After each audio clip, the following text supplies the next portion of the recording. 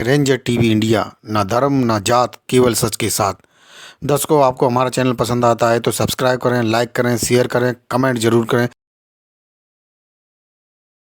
नमस्कार दर्शकों, मैं हूं अमित बॉर्सन और आप देख रहे हैं रेंजर टीवी इंडिया, ना धर्म ना जात, केवल सत्य के साथ। दर्शकों, आज हम उपस्थित हैं जनपद आगरा के संजय पैलेस क्षेत्र में स्थित यूथ हॉस्टल में, जहां पर आज मान्यवर काशीराम साहब का परिनिर्वाण दिवस मनाया जा रहा है।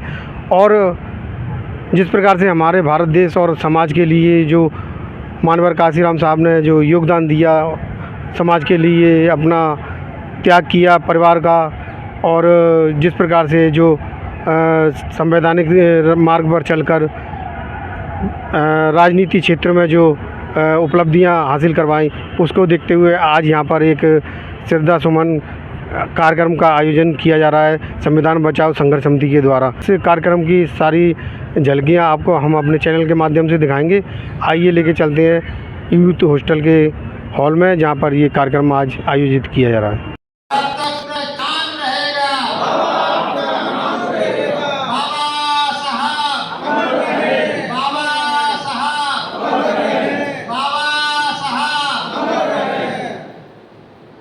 बाबा साहब और काशीराम साहब के समक्ष पुष्प अर्पण करें, पुष्प अर्पण करके अपने श्रद्धा सुमन अर्पित करें। सभी सम्मानित बुद्धिजीवी साथियों से निवेदन है।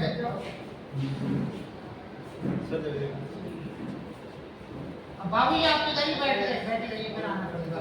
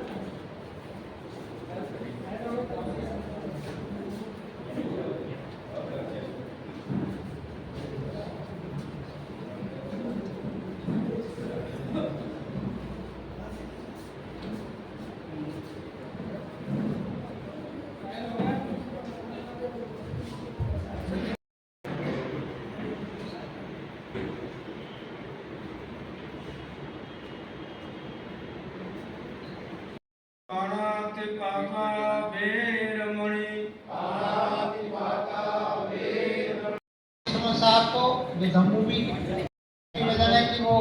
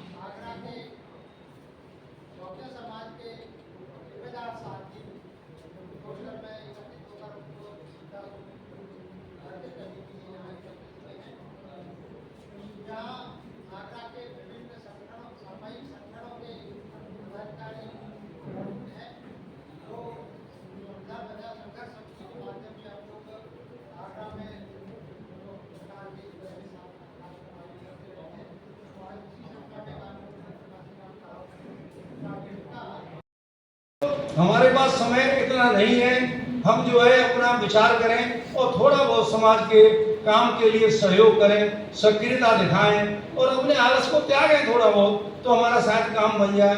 हम आज बहुत मुसीबत में हैं, बस इतना सभी लोग आप इस बात को जानते हैं। तो मैं निवेदन करना चाहूँगा विजय बच्चन जी से कि वो डाइस पर बैठे हुए आदरणीय जीवी प्रसाद साहब पूर्व मंत्री, आदरणीय प्रकाश सिंह भारती जी और आदरणीय बाजीराव सागर और आशीष चंद्र साहब को पुष्प देकर सम्मानित करें।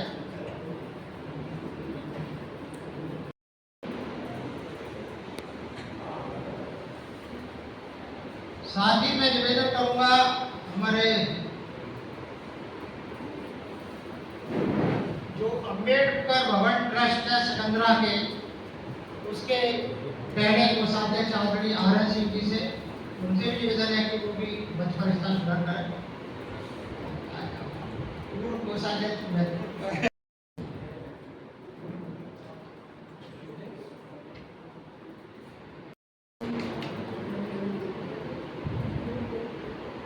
साथियों को बहुत बहुत साधुवाद और एक पुनः अनुरोध है कि जो साथी बाद में आए हैं, हमारे साथी सुधीर कुमार जो पूर्णा से चलकर हमारे मध्य उपस्थित हुए हैं, पुष्पार्पण करिए। तो बाइक पर गौर जी आपने पुष्पार्पण करिए। आज बहुजन समाज के नायक, जिनको हम बहुजन नायक के नाम से जानते हैं, मानकर काशीराम साहब की 18वीं पुण्यतिथि है।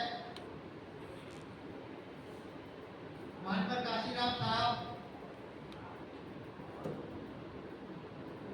पुण्यतिथि और प्रमाण 19वां मरना की वजह से है पुण्यतिथि 18। तो मानकर काशीराम की जीवनी के बारे में मैं समझता हूँ आप सब लोग जानते होंगे और हमारे अन्य सम्मानित वक्तागण आदरणीय सागर साहब विस्तार से बताएंगे। आपने मानवर काशीराम साहब के साथ काफी समय तक बहुजन आंदोलन को आगे बढ़ाने में कार्य किया है। मानवर काशीराम साहब जब सर्विस कर रहे थे, उसी दरमियान उनका कुछ सामाजिक कार्यकर्ता जो नागपुर के थे, टुकड़े में उनका संपर्क हुआ और बाबा ने ये आवाज हुआ कि बाबा साहब का जो प्रसिद्ध कोटेशन था कि राजनीतिक सत्ता वह चाबी है जिससे प्रत्येक समस्या का समाधान हो सकता है। मानवर काशीराम साहब ने कहा कि जब तक हम इस देश के हुक्मरान नहीं बनेंगे, तब तक हमारे समाज की समस्याओं का समाधान नहीं होगा। परंतु उन्होंने बाबा साहब की कई हुई दूसरी अन्य महत्वपूर्ण बात पर भी ध्यान दिया। बाबा साहब ने कहा था कि जब तक किसी समाज की गैर राजनीतिक जड़ें मजबूत नहीं होंगी, तो राजनीतिक रूप से वह समाज सफल नहीं हो सकता है। इसी बात को, दोनों बातों को ध्यान रखते हुए मानकर काशीराम साहब ने पहले व्यक्तिगत रूप से 6 दिसंबर 1978 को वामसेक का गठन किया। उसके 3 वर्ष पश्चात अर्थात 6 दिसंबर 1981 को डीएस को दलित शोषित समाज संघर्ष समिति का गठन किया और डीएस को के गठन के पूरे 3 साल से पूर्व ही 14 अप्रैल 1984 को बहुजन समाज पार्टी नाम का एक राजनीतिक संगठन बनाया। वामसेक और डीएस कोड के माध्यम से जो उन्होंने समाज में सामाजिक और राजनीतिक चेतना जागृत की, उसको बहुजन समाज पार्टी के माध्यम से कार्य रूप में परिणत करने का कार्य किया।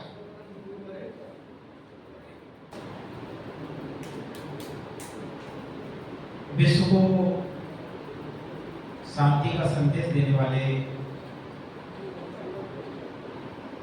तथागत बुद्ध के चरणों में नमन करते हुए विश्व के महान विद्वान बोधिसत्व भारत के संविधान निर्माता विश्वरत्न बाबा साहब डॉक्टर अम्बेडकर जी के चरणों में नमन करते हुए बहुजन समाज में जन्मे विभिन्न महापुरुषों को उनको वंदन और नमन करते हुए और बहुजन समाज में जन्मे बहुजन चेतना को जागृत करने वाले महान जिन्होंने सब समाज को इकट्ठा किया, वामसेन, BS4 और BSP के ऐसे बहुजन नायक मान्यवर घनश्याम साहब को आज 19 में पटना दिवस पर नमन करते हुए, चरण वंदन करते हुए और आप सभी को जय भीम, नमो बुद्धाय।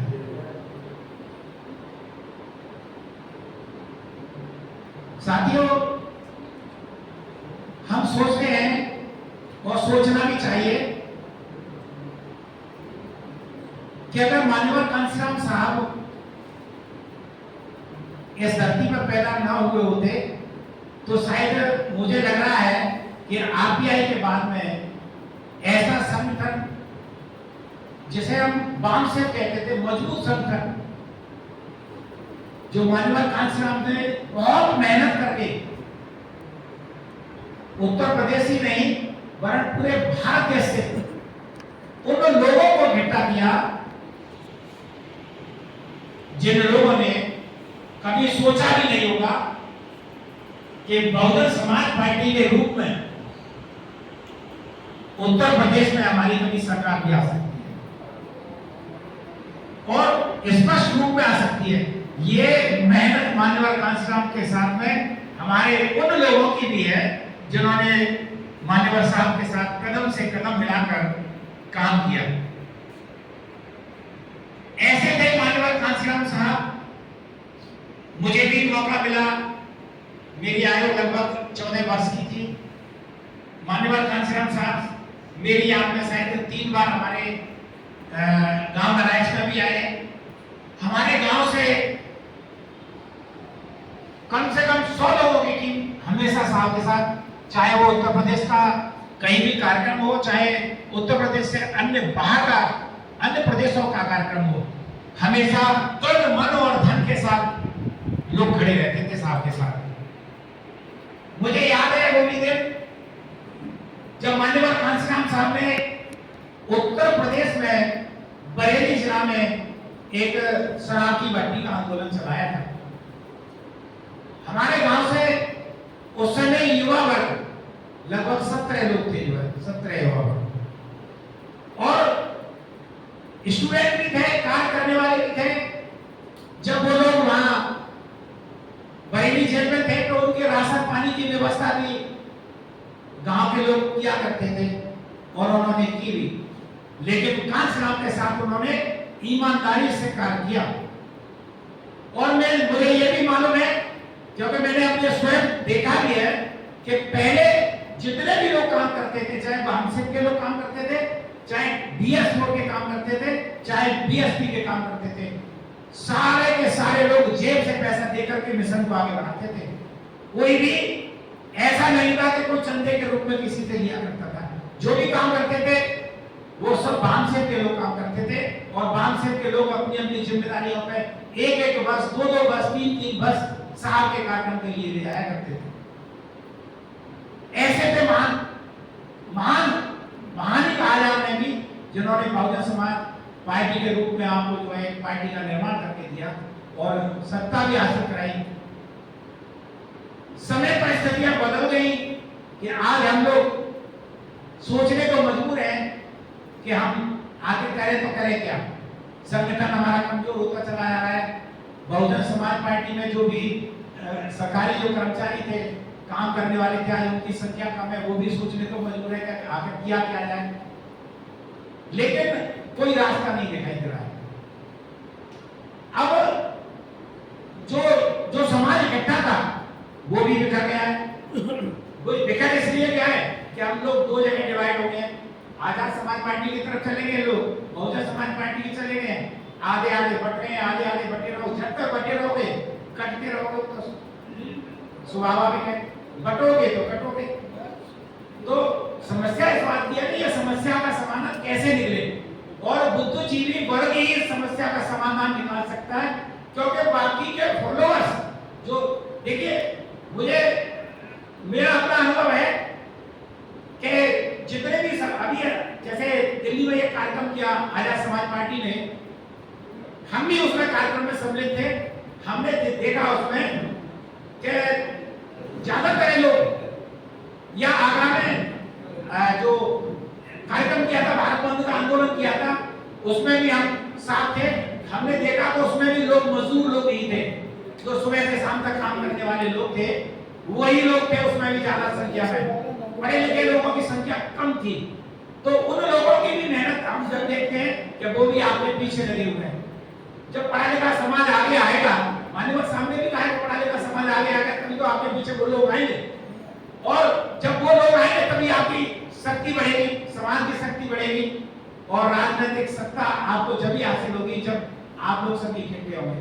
तो आपको चिंतन और मनन करना है कि मान्यवर कांशीराम के द्वारा की हुई मेहनत, मान्यवर साहब के द्वारा दिया हुआ मिशन, कहने को तो बहुत कुछ है, लेकिन सही मायने में यही है कि अगर पढ़ा लिखा समाज इकट्ठा होकर के एक जगह काम करे, तो जो बाकी का समाज जो बिखरा हुआ है, जो सोचने को मजबूर है कि आखिर SC ST OBC वर्ग जैसे मान्यवर साहब ने इकट्ठा किया था, वो पुनः कैसे इकट्ठा हो, पुनः एक जगह कैसे आए। क्योंकि मान्यवर कांशीराम साहब के जब बहुजन समाज के रूप में सभी जातियों का प्रतिनिधित्व 5 से BSP और BSP में था, तो जिन जातियों ने कभी सोचा भी नहीं था कि हम लोग पार्षद बन जाएंगे, MLA MP बन जाएंगे, ऐसे लोग बहुजन समाज पार्टी के माध्यम से MLA MP बने, पार्षद बने। तो उन्हें पुनः इकट्ठा करने के लिए आप लोगों को थोड़ी मेहनत करनी पड़ेगी, आप लोगों को पुनः इकट्ठा होना पड़ेगा। इन्हीं शब्दों के साथ जय हिंद, नमो बुद्धाय। बाबा साहब को नमन करते हुए सभी बहुजन महापुरुषों को नमन करते हुए सम्मानित मंच को सादर नमन करते हुए उपस्थित सभी भाइयों बहनों सभी को मेरा बहुत जय जय भी। आज हम माननीय साहब का 18वां स्मृति दिवस मना रहे हैं।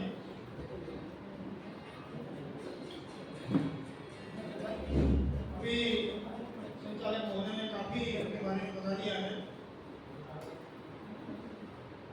21वीं सदी के दूसरे बाबा साहब डॉक्टर अम्बेडकर माननीय कांशीराम साहब जी के 18वें परिनिर्वाण दिवस पर उनको नमन करते हुए उनकी याद में श्रद्धा सुमन अर्पित करते हुए उनके विवेक, विचार और संघर्ष पर मैं अपने विचार रख रहा हूँ। 18 मार्च 1956 को बाबा साहब ने आगरा में कहा था कि मैं बड़े संघर्ष से इस कारवा को यहाँ तक लेके आया हूँ। मैं चाहता हूँ कि मेरे जीते ही कोई इस कारवा को आगे बढ़ाने के लिए आगे आए, लेकिन अफसोस की बात थी कि उस समय उनके जीते जी कोई भी उनके मिशन को आगे बढ़ाने के लिए, उनके छोटे कारवा को आगे बढ़ाने के लिए कोई नहीं आ पाया। लेकिन उनके परिनिर्वाण के बाद में माननीय कांशीराम साहब ने इस वीरा को, उनके छुट्टी हुए कारवा को असली अहमी जामा पहनाने के लिए उन्होंने ये प्रण किया, प्रतिज्ञा की कि मैं, उन्होंने अपनी समय छोड़ करके कि मैं बाबा साहब की छुट्टी कामों को, उनके मिशन को मैं आगे बढ़ाने का पूरा प्रयास करूँगा। माननीय साहब ने 2 हथियारों का इस्तेमाल किया। पहला हथियार था सवर्णों को छोड़कर SC ST OBC माइनॉरिटी को इकट्ठा किया गया, और दूसरा हथियार उनका था सत्ता प्राप्त करना, क्योंकि बिना सत्ता के पूरी हो सकता। ये 2 हथियार उन्होंने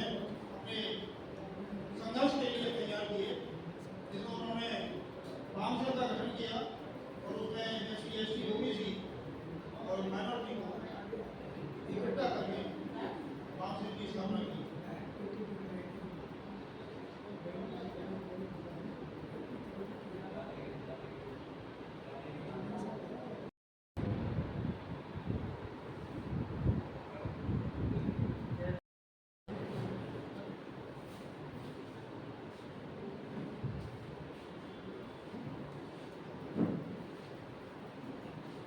महाकारण तथागत बुद्ध परम पूज्य बाबा साहब मानवर काशीराम जी और सभी महापुरुषों को वंदन करते हुए मंच में विराजमान सभी आदरणीय, आज जो है हम यहाँ जो इकट्ठे हुए हैं वो 19वां परिनिर्वाण मानवर काशीराम जी का है।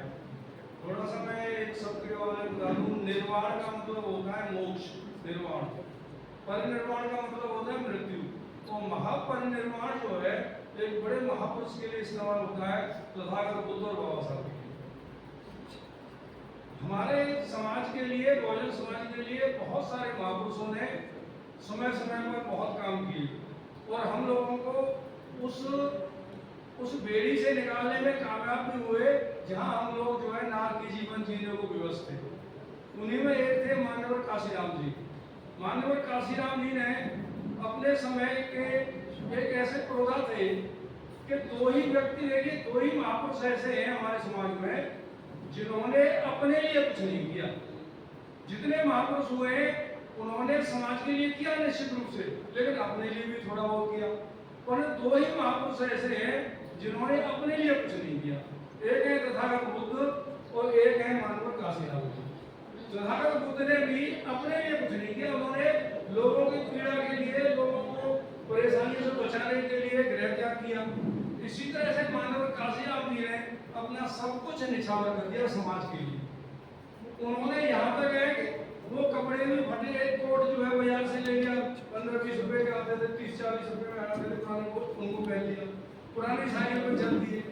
कोई खाता नहीं खुलवाया उन्होंने, कहीं एक नए पैसा जमा नहीं किया, घर के लिए सारे संबंध तोड़ दिए उन्होंने, पूरी तरह से एक तरह से घर से उन्होंने त्याग किया। इतना बड़ा समाज का त्याग शायद अगर आप जितने लोगों को, पूरे विश्व के लोगों को टटोलेंगे तो इतना बड़ा त्याग आपको कहीं नहीं मिलेगा। और यही कारण है कि मानवर काशीराम जी के कारण ही और हमारी जो बहुजन समाज पार्टी की पूर्ण बहुमत की सरकार इस देश में बनी, यूपी में 2007 से और 2012 तक। लेकिन वो कार्रवाई जो है उतना प्रबल रूप से आगे नहीं बढ़ पाया जितना आगे चलता रहना चाहिए था। तो उसमें हम लोगों को विचार करना चाहिए।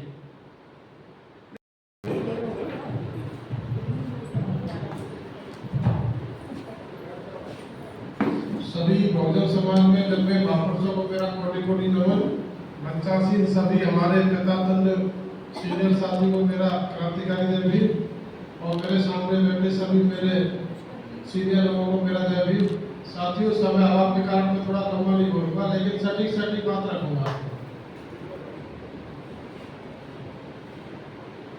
2-3 बातें हैं जिन पे मुझसे पहले वक्ता जो बोल गए थे उन्हीं बिंदुओं में अपनी बात रखे मैं खत्म करूंगा।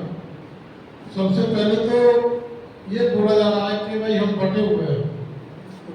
मैं आगरा का उदाहरण देता हूँ। आगरा मैं 3 मिनट लूंगा, उसको मुझे क्यों करना। क्या आगरा में आगरा समाज पार्टी ने कोई प्रत्याशी उतारा था क्या अभी तक लोकसभा से? नहीं उतारा। तो हम बोल रहे हैं सर, पूछ नहीं रहे, बोल रहे। समाज अभी बटा हुआ नहीं है, समाज अभी एक ही जगह। मानवर काशीराम साहब का जो बहुजन मिशन था वो पीछे इसलिए नहीं जा रहा कि इस पे कोई कमी रह गई है। कमी सिर्फ इतनी रह गई है कि बुद्धिजीवी वर्ग बटा हुआ। मजदूर जिस जगह आप देखेंगे मजदूरों की संख्या रहती है, जो कार्यक्रम सफल हो जाता है। सबसे ज्यादा अगर बुद्धिजीवी वर्ग ही है जिसमें संगठन बना हुआ है सामाजिक स्तर से। मैं 8 साल से आगरा में कार्य कर रहा हूँ और हो सकता है सब लोगों को मेरी बात ज्यादा अच्छी न लगे, लेकिन जो सच्चाई है मैं बोलना चाहूंगा। सबसे पहले बुद्धिजीवी वर्ग को एक होना पड़ेगा और हमारी एक ही दिमाग में बैठी हुई है कि राजनीतिक ताकत मिलेगी तभी हमारा कल्याण होगा। यही हमारी सबसे बड़ी लगता है मेरे को कि ये हमारी कमजोरी है। राजनीति कभी भी आपको ज्यादा लाभ नहीं देगी। आपने सत्ता में भी रहे 4 बार, लेकिन फिर भी आप देख चुके हैं। गैर राजनीतिक जड़ अगर आप मजबूत कर लेते हो, गैर राजनीतिक जड़ अगर आप मजबूत कर लेते हो तो राजनीति को समाज अपने तरीके से चला लेगा। ये 100% सत्य है। दूसरी चीज, आज का युवा जागरूक हो गया है। 1995 के बाद से केरल का बंद हुए थे, कारण कोई ना हो, आज का युवा अगर ऐसा है कि समाज का प्रबुद्ध वर्ग उसे अपने तरीका से दिशा दे देगा, अपने तरीका से दिशा दे देगा, तो आप कुछ हासिल कर सकते हो हर जगह पे। और यही सबसे बड़ी विडंबना है कि हम लोग युवाओं को जोड़ने में नाकाम हो गए हैं। गलती कहाँ हो रही है ये मैं नहीं बताऊंगा, आप सीनियर लोग हैं। कार्यक्रम लगते हैं और कार्यक्रम लगने भी चाहिए, कार्यक्रम में कोई दिक्कत नहीं है, लेकिन समय काल परिस्थिति के अनुसार। आज के देश में आप देखिए कि जितने बड़े संगठन हैं, ये एक मंच पर अगर संयुक्त रूप से भी कार्यक्रम कर ले तो मुझे लग रहा है कि आप 3-4 कार्यक्रम तो मेरे ही निगाह में है जो अलग अलग हो रहे हैं। बुद्धिजीवी वर्ग सामाजिक जो संगठन चला रहे हैं, अगर वो कुछ नहीं करे तो इतना कर ले अपने आप को भी एक मंच पे आ जाए और एक संयुक्त रूप से कार्यक्रम करें तो आपको बहुत कुछ मिलने को मिलेगा। आज हम माननीय काशीराम जी के 19वें परिनिर्वाण दिवस पर श्रद्धांजलि देने के लिए एकत्रित हुए हैं। इसी क्रम में मैं अपनी तरफ से सबसे पहले वही समर्पण करता हूँ कि हम लोगों को शांति मिलेगा। माननीय काशीराम जी ने अपने काउंसिल के माध्यम से या DH4 के माध्यम से एक बात तो पूरे समाज को बताई और बहुत ही त्याग, जब तक त्याग की भावना पैदा नहीं होगी समाज आपसे नहीं जुड़ेगा। तो इसको उन्होंने करके दिखाया, उनको इसमें पूरी की पूरी सफलता मिली और उत्तर प्रदेश में सत्ता के शिखर तक उन्होंने बहन जी को बैठाया। लेकिन बहन जी ने माननीय काशीराम जी से त्याग न छोड़कर बाकी सब सीख लिया। त्याग न छोड़ने का कारण ये हुआ कि उन्हें अपने समाज में कोई नेता ही नहीं दिखाई दिया, जिनकी वजह से आप 4 बार मुख्यमंत्री बने। उस समाज में आपको कोई नेता ही नहीं दिखाई दिया, ऐसा कोई कार्यकर्ता दिखाई नहीं दिया जो कि आपको अपना उत्तराधिकारी तो दिखाई दे। आप तो अपने भाई भतीजावाद में फंस गए। आपका जो पतन का कारण है वो यही है, मुख्य कारण कि आपको अपने समाज में न तो आपने त्याग किया और न ही आपको अपने समाज में किसी पर भरोसा जताया। आप जिस रास्ते पर चली उस रास्ते पर आपको दिन पर दिन कहिएगा डे बाई डे आपको अवनति का रास्ता दिखाई देता रहा। आप हमेशा बिल्कुल समझिए अपना जिरादे खोती चली गई और आप दोष देती रही। पहले तो EVM पर दोष देती रही, उसके बाद में हमने तो वोट दे दिया लेकिन हमने दूसरों ने वोट नहीं दिया। ये बहाने वाली छोड़ो बहन जी, सच्चाई को स्वीकार करो और त्याग की भावना पैदा करो। समाज आपके साथ पहले भी था, आज भी आ जाएगा। बस इतने शब्दों के साथ एकेडमिक रहा, लेकिन जमीन पे उतारने का काम तो कांसीराम और साहब ने RTI बनाई, कोशिश की, लेकिन वो सफल नहीं हुए। लेकिन सफलता के पायदान तक पहुंचाया वो जो है कांसीराम ने सादा जीवन जिया, साधारण कपड़े पहने, साइकिल में हवा भरने तक को पैसे नहीं और कभी कभी घूमते। एक बार का किस्सा है कि कई कार्यकर्ता थे, एक किसी गांव में रखे, खाने का कोई इंतजाम नहीं था। उन्होंने गांव में पर्ची पे लिख भेजा कि जिसका खाना बच जाए वो हमें दे दे, लिफाफे बंटवा। लोगों ने इतना खाना भेजा, उनका सामना हो गया सारे लोगों का, और जो है वो सवेरे का कहने का मतलब है कि देखिए एक व्यक्ति साइंटिस्ट की नौकरी है। हमारे यहाँ अभी ट्रेंड ये है कि चपरासी की नौकरी के लिए लोग तमाम सिफारिशें करवाते हैं, पैसा देते हैं, और मिल जाए, आजीवन चाहे कितनी जिल्लत झेले लेकिन नौकरी नहीं छोड़ सकता। और मान्यवर ने साइंटिस्ट की और त्याग में जीवन दिया जिसकी कोई मिसाल नहीं मिलती। घर नहीं जाऊंगा, सारे संबंध खत्म कर दिए और केवल घोषणा नहीं की, उसका पालन। ये पूरे इतिहास में ऐसी मिसाल नहीं थी।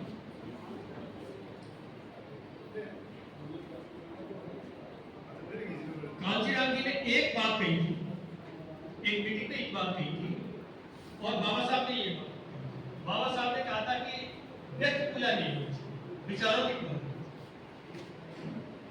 मान्यवर ने भी यही बात कही थी कि यदि मैं मिशन को छोड़ दूं तो आप मुझे छोड़ देना, लेकिन मिशन को। वर्तमान परिस्थितियां, राजनीतिक परिस्थितियां हमारे सामने आज यही है और मान्यवर का ये संदेश है कि हमें मिशन के साथ है। कोई पार्टी मिशन छोड़ देती है, कोई नेता मिशन छोड़ देता है, कोई समाज मिशन छोड़ देता है, तो हम मिशन को नहीं छोड़ देंगे, उस व्यक्ति को। 18 मार्च को बाबा साहब ने कहा था कि पढ़े लिखों ने धोखा दिया, लेकिन कांचीराम जी ने बापशिप का गठन किया और उस शिकायत को एकदम दूर कर दिया। बापशिप का संगठन था वो एम्प्लॉइज का संगठन, और डीएस बोर्ड का संगठन था वो एम्प्लॉइज का नहीं था, वो वगैरह। तो उन्होंने इस बात को शिकायत दूर कर दी, पहले नहीं दिया, और उसके बाद तन मन धन से बापशिप के रूप में वो संगठन खड़ा हुआ और डीएस बोर्ड बना। उसके बाद डीएसपी बनी और 4 बार सत्ता भी रही, और उसके जो बीज बोए गए थे वो अभी काम रिटायर्ड है और वर्तमान में श्रीनगर बिहार दुर्बल समिति के जिम्मेदार पदाधिकारी हैं। उनसे निवेदन है कि आप नहीं हुआ महामानव सामाजिक क्रांति के परम पूज्य बाबा साहब बहुजन महानायक मानव सब काशीराम जी को कोट नमन करते हुए श्रद्धा समर्पित करता हूँ। मंच पर से बैठे महानुभाव, इसमें उपस्थित सभी मेरे समाज साथियों, महिलाएं, आप सभी का आज का वंदन, जय भीम नमोदय। साथियों, तत्कालीन पीएम अटल बिहारी वाजपेयी ने संविधान समीक्षा आयोग बैठाया था। उस कनेक्शन में मानव सब काशीराम जी तत्कालीन राष्ट्रपति के.आर. नारायण से मिलने गए राष्ट्रपति भवन में। जब पूर्ण चर्चा के बाद जब राष्ट्रपति मानव साहब काशीराम जी को विदा करने के लिए आए तो साथ में पैदल आए तो मानव साहब काशीराम बोले कि आप राष्ट्रपति हैं, आप वापस जाएं, काशीराम जी अकेला चला जाएगा। तो के.आर. नारायण ने कहा कि इस देश में जल्द राष्ट्रपति तो आते रहेंगे लेकिन काशीराम नहीं आएगा, मैं आपको प्लेट तक गिरा कर आऊंगा। साथियों, तथागत बुद्ध ने कहा था कि मेरे से पहले ही बुद्ध हुए हैं और बाद में बुद्ध होंगे। तो इस दुनिया में सबसे ज्यादा प्यार महात्मा बुद्ध का है, दूसरे नंबर प्यार सम्राट अशोक का है, और तीसरे बुद्ध हैं मानव साहब काशीराम जी। 1999 में जयपुर में अमरूदों का बाग, शिंदी कैंप के पास अमरूदों का बाग है, वहां पर एक उपहार सम्मेलन हुआ था, प्रजापति सम्मेलन। जब जयपुर में उत्सव मीटिंग में गया था तो मानव साहब काशीराम ने कहा था कि मैं जाति से चमार हूँ, काम करता हूँ कुम्हार का, मैं मिट्टी के माला बनाता हूँ। जब तक इंसान मेरे साथ रहता है वो माधव रहता है, मेरे से हटते ही माधव बन जाता है। साथियों, वो उन्होंने करके दिखा दिया कि जो लोग सब्जी उगाते थे, बर्तन बनाते थे, जूते बनाते थे, उनको MLMP नष्ट करा कर दिखा दिया। साथियों, दोबारा काशी में नहीं आएंगे। मैंने कहा था कल राष्ट्रपति पर नेशनल मीटिंग हुई थी कि ये लोग भारतीय संविधान को बदलेंगे और संविधान उस समय बदलेंगे क्या राष्ट्रपति में दर्ज होगा और कानून में दर्ज होगा, हमारे द्वारा ये राष्ट्रपति ये संविधान बदलेंगे।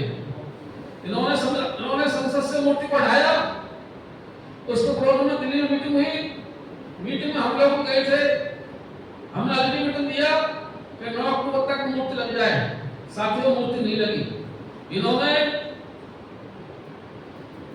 क्रिमिनल में इन्होंने भी नकार लगा दिया कि वो लागू होगा। हम लोगों ने विरोध किया, लेकिन उन्होंने सारी याचिका रद्द कर दी। मेरा आपसे यही कहना है कि ये वन नेशन वन इलेक्शन हमारे पूर्व राष्ट्रपति रामनाथ कोविंद द्वारा ये साजिश से वन नेशन वन इलेक्शन लाया गया है और यदि लागू हो जाता है, इन्होंने संसद में पास तो कर दिया, वो यदि लागू हो जाता है तो संविधान को खत्म करने का ये षड्यंत्र है। नहीं, देश में वन नेशन वन इलेक्शन लागू होता है तो संविधान खत्म।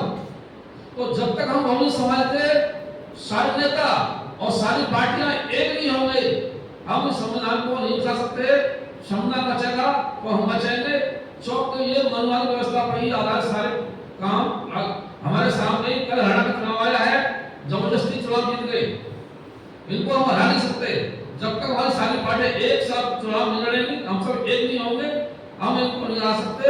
और अन्यथा इसी तरह हम जो है हमारे सारे अधिकार भी हो जाएंगे। इन सबका के साथ में जय भी न होता है। कोई त्रुटि हो क्षमा कर देंगे। उतरना आसमानों से, उतरना आसमानों से तो कुछ मुश्किल नहीं, लेकिन उतरना आसमानों से तो कुछ मुश्किल नहीं, लेकिन अरे जमी वाले जमी पर फिर हमें रहने नहीं देंगे। जमी वाले जमी पर फिर हमें रहने नहीं देंगे। तो मैं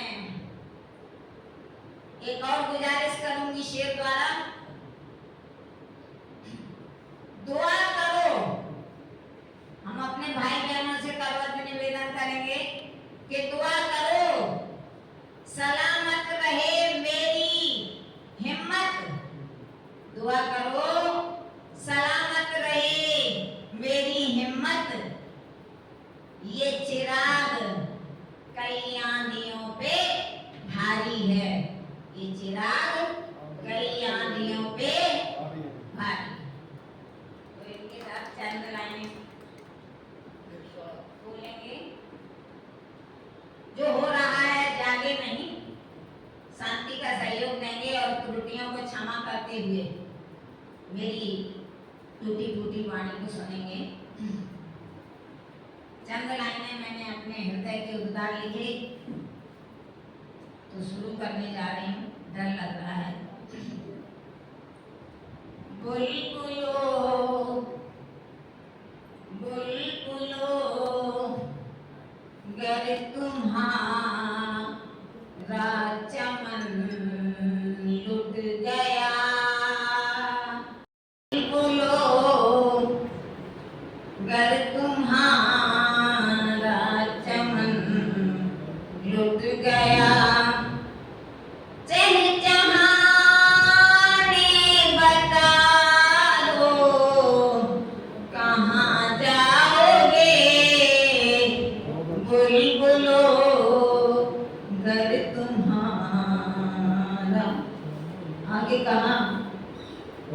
लूटा जा रहा है चमन। आखिर मन में इशारा काफी, गागर में अशागर। तो बड़ी बारीकी से सोचना, मैं लाठी भी मार रही हूँ लेकिन मार की आवाज भी नहीं आ रही। तो आइए, फूल पत्ते न होंगे अगर साफ पर, फूल पत्ते न होंगे अगर आँख पर सारे मिट जाओगे तो आशियाना बनाने कहाँ जाओगे बुलबुलो घर तुम्हारा चमन लुट गया। आदेश हो तो 2 पंक्तियां और बोलूं, नहीं तो जय भीम। आदेश हो तो, नहीं तो जय भीम।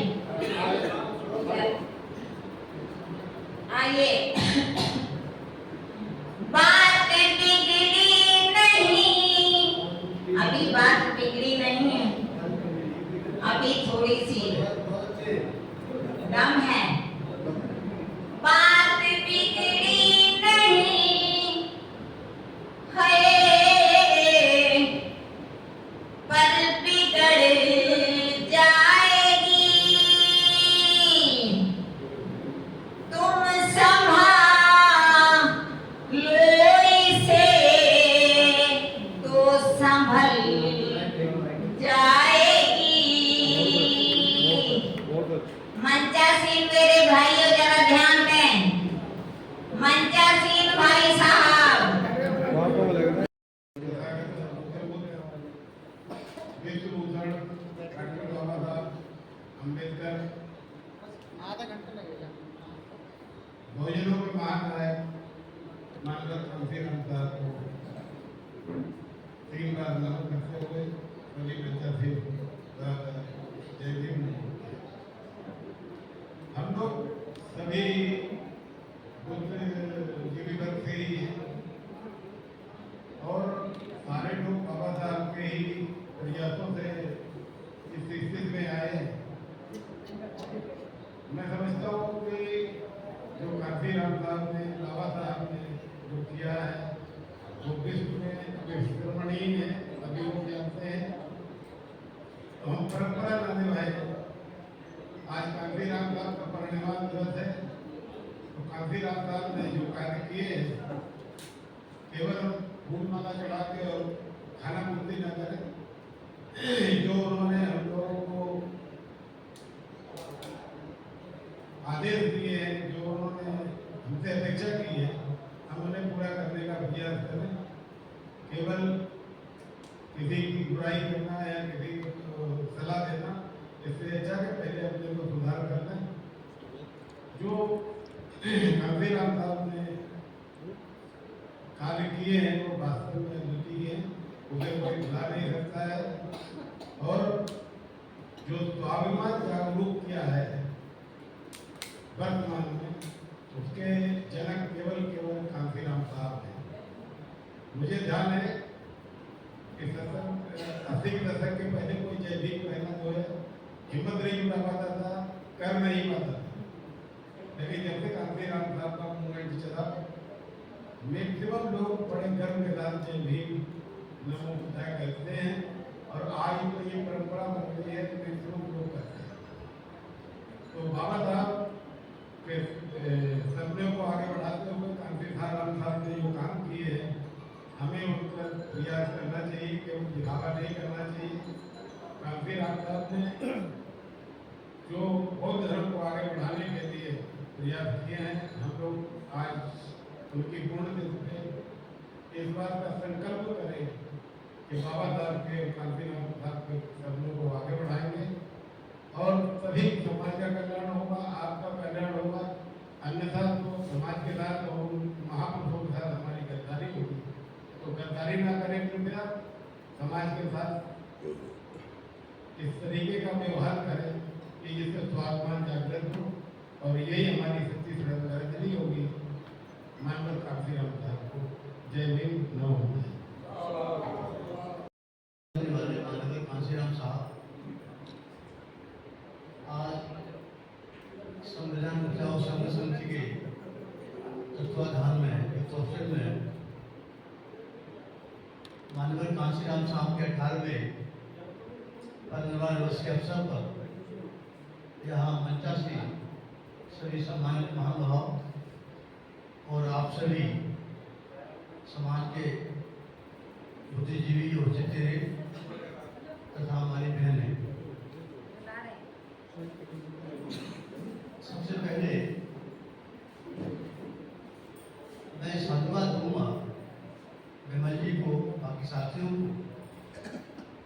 की ये स्मृति दिवस के रूप में जो कार्यक्रम हुआ, मान्यवर कांसीराम साहब के जीवन में जो संघर्ष किया उसको लेकर एक तरीके से एक शोक सभा नहीं है, स्मृति दिवस भी नहीं है। मैं तो कहूँगा कि आज ये जिस तरीके से लोगों ने विचार दिए हैं, एक बड़ी अच्छी विचार गोष्ठी हो गई आज। ये विचार गोष्ठी मानी जानी चाहिए। उस महान व्यक्तित्व को हम सब धागे से अर्पित तो करते ही हैं, लेकिन उनके सिद्धांतों को आगे में ले जाने का भी संकल्प करना होता है। जैसा कि माननीय कांसीराम साहब ने, भाई कांसीराम सागर जी को मुझे मालूम है कि जो साहब हमारे यहाँ बुद्धगया चक्की पार्क पर 70 और 72 के दशक में आए थे। मैं भाग्यशाली हूँ इस बात के लिए कि कांसीराम सागर जी, राजेलाल जी, बाबूलाल जी, प्रधान जी, ये सब लोग साहब को लेकर मेरी गरीब से गए। कांसीराम साहब के यहाँ कई बार आए, मुझे बड़ा भाग्य है। और उन्होंने कार्यालय भी लिया था जो 20 साल तक मेरे घर पर नाम से पर कार्यालय चला। माननीय कांसीराम साहब ने एक इस तरीके से कार्य किया कि जो साधारण आदमी नहीं करता। आज पॉलिटिकल पार्टी बनती है और 6 महीने बाद इलेक्शन में खड़ी हो जाती है, चाहे उसका कोई आदमी 1% जीता या न जीते। कांसीराम साहब ने सन 70 और 72 में ये कहा था कि मैं तो समाज के सभी उपेक्षित लोगों, जो शिक्षित लोग हैं, सरकारी कर्मचारी हैं, पहले उनके साथ बात करना चाहता हूँ। और कितने ही वर्षों तक आगे में क्या पूरे देश के अंदर जो सामाजिक व्यक्ति थे, जो सरकारी नौकरियों में शामिल थे, उन सबको साथ किया। तो आज की न्यूज़ आपको पसंद आए तो लाइक करें, शेयर करें, कमेंट करें, सब्सक्राइब जरूर करें, जिससे कि हमारा चैनल आगे बढ़ सके और हम अपने देश और देशवासियों की सेवा कर सकें। इसी के साथ फिर मुलाकात होगी, तब तक के लिए आपसे विदा लेते हैं। नमस्कार।